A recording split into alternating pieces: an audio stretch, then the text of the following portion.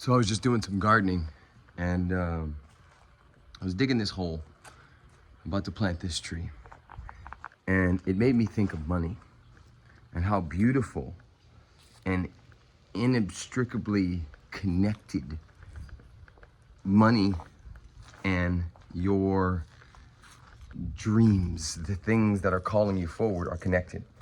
You see, the seed, the soil, the roots and the fruits are all connected. The seed is the idea, the thing that is implanted in your consciousness. The soil is the universal law, the intelligence that it gets placed into. And the tool from which we plant the seed, oftentimes, one of the tools is money. Now, I could dig this hole with my own hands, and I would be putting myself in a position to potentially wear myself out.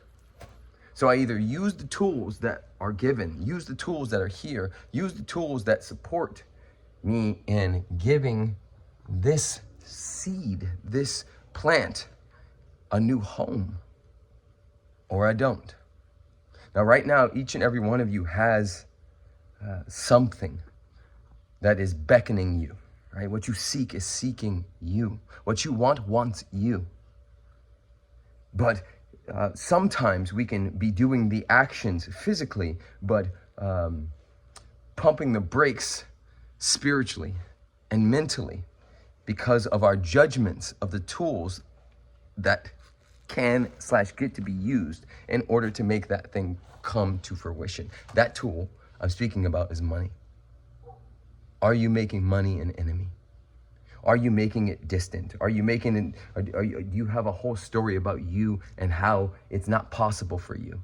Whatever that is, if that story is living in your consciousness, it's also living in your body, and it's also living in the ethers. It is swimming in the universal intelligence and blocking you from continuing to experience the abundance that's always and always here.